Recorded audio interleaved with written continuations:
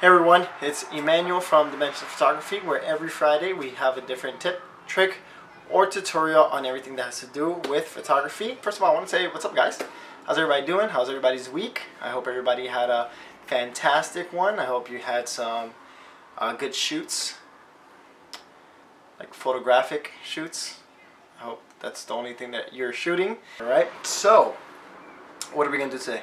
And so today we're going to touch up on a tutorial which has to do with using the gradient map and how to do dual tone coloring and some other fun stuff. If this is your first time checking out the channel, I do want to thank you so much. I hope you enjoyed the content, and if you do, why don't you go ahead and leave a comment and let me know what you thought, or even a different tutorial or tip that you want to look into, and then I can set up a video for that for you guys. Alright? If you're coming back again, I do want to thank you guys so much because you continue to push me and inspire me to continue to grow also in my photography. Yeah, let's go right ahead into it, and as you already know, there's the intro. Alright guys, what's up? Oh man, I'm actually so excited because I haven't been able to upload videos regularly, so now I actually have time. I have peace and quiet. So let's get right into this tutorial, okay? So this is a picture of me on a rooftop taken by me. I usually use my pictures is because I have a lot of me, and that way nobody gets upset. Anyways, so if you want me to use one of your pictures for a tutorial, feel free to send it to me. I will leave my email in the content section, you know, the little box below. Anyways, let's get right into this tutorial. So what I was going to show you is how to function and how to use the gradient map to color grade your pictures.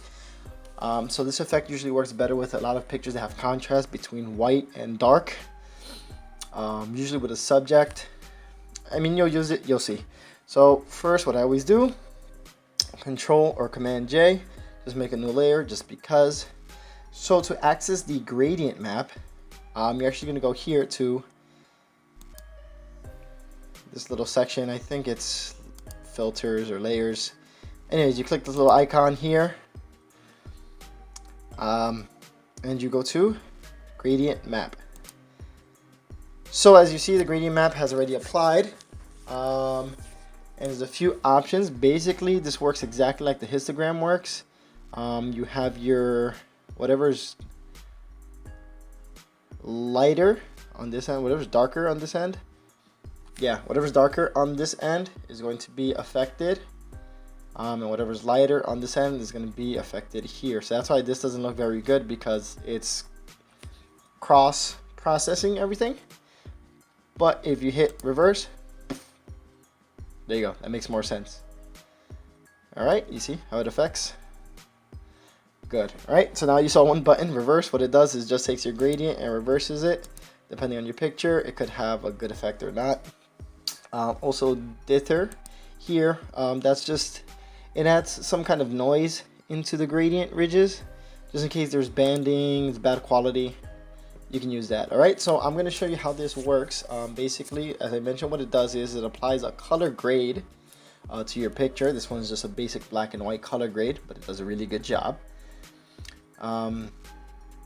And you can adjust it and play with it. You can kind of think of this as like filters that you would use on like Instagram and Facebook and stuff, on all those apps, but you have a lot more control because it's in Facebook, and you can apply it to your whole image that you have here. So when you look, if you see this is where choose the different gradients. You can scroll down here to your gradients, or as I like doing, you click and you have your gradient editor. Okay, so here I have a lot more gradients already set, but I'll show you how to add these. So the basic ones that come are just this first palette up here, I believe up to the rainbow. So when you go ahead and click, actually, so you see these have kind of a crazy effect going on. So it's just adding these colors that you see here onto different parts of the layers. So that's, you know, the shadows, the darks, the midtones, and then the highlights here on this area. It's what it's affecting. So we keep going down.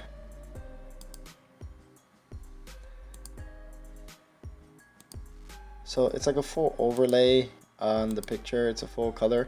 But I want to show you is how you can work it and how you can use it, because obviously if you click on something like this, it's kind of extreme. I don't know in what case you would use that in, right? But what you can do is lower the opacity of the layer, and you got this kind of faded look to it. You know, it's kind of like that cinematic, kind of moody, kind of fashion look to it. Let me see if you reverse it. That's beautiful. You got reds on the front, on the shadows. You got greens in the highlights. So this is a cool effect that you can use. As you can see, it gives it a nice color grade. It gives it some tone. Of course, this picture is lacking some luster to it. But like I show you, okay, if you add a regular, some contrast to the picture,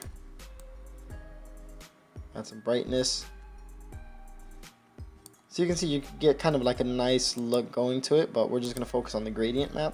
So if you go back to the gradient map, as you can see, now that it's lowered the opacity, when you apply different colors to it, you get a cool color toning going on, and you know, it looks pretty good for the most end. So I mean, you could just play around with it depending on each picture. This looks kind of cool. Like, that's a nice effect or filter that you would use. As you see here, there's so many different colors. Even on this one, there's purples, blues, greens, yellows, oranges, and it kind of works, you know. It kind of works depending on the image. You can get that flow. You just have to play around with the opacity and just see what actually works better. That's pretty much it. And then you also have obviously the masks, so that you can select which area you want to use it on. So that's the basic way of how to use the gradient map. So it's a very cool way to color grade your images, and you can apply this to various images so that it can keep the same focus, keep the same color, same look. Let's say if you're branding for a company, something like that. So I'm going to show you also one last thing, is just to add different presets here. As you see, I have a whole bunch. So where do you get these is you click this little settings icon, and it shows reset, replace, and then you have all these. So these are all the different ones: color, harmonies, metals. So when you click one, it's going to ask you to replace. No, because if you replace, they're all going to go. So what you want to do is click append, and it'll add to it. So here is where you have some of the different color harmonies. You can see it gives such a beautiful, rich, like, you know, there's such soft color to it.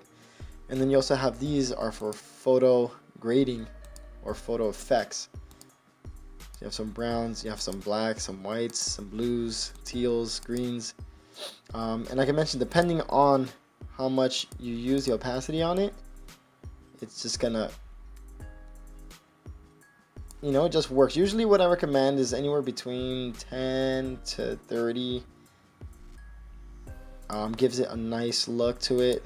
You know, play around with the reverse. You never know how it's going to look on your image. Every image is completely different. I also use this a lot when it comes to color grading my backgrounds. So let's say even like in a picture like this, or using a filter like this, you want to use something not too strong. I would go down to these were just a little bit softer.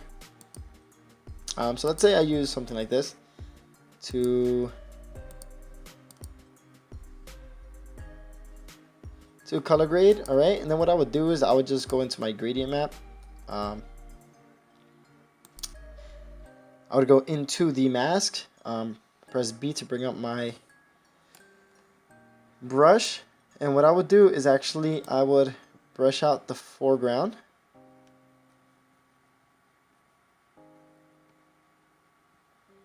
Right, and then I'll just leave the color here more towards the back, towards the sky,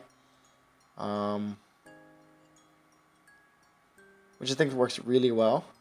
Sorry guys, my computer's kind of slow. It's kind of catching up right now. But you see, I would leave the color. If you see me take this off, you can see the difference.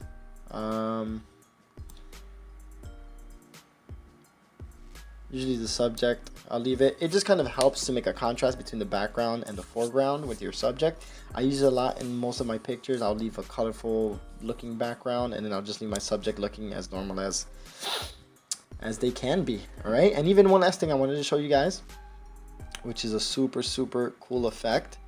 Let me bring up the gradient map one more time.